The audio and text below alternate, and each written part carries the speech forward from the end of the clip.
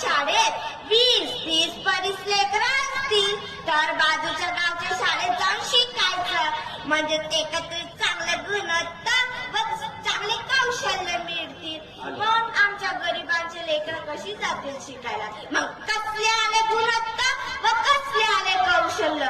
ओ माई, मी लई मोठं स्वप्न पाहिलं होतं, माझी लेक मस्त शिकून मोठी ऑफिसर झाली असेल.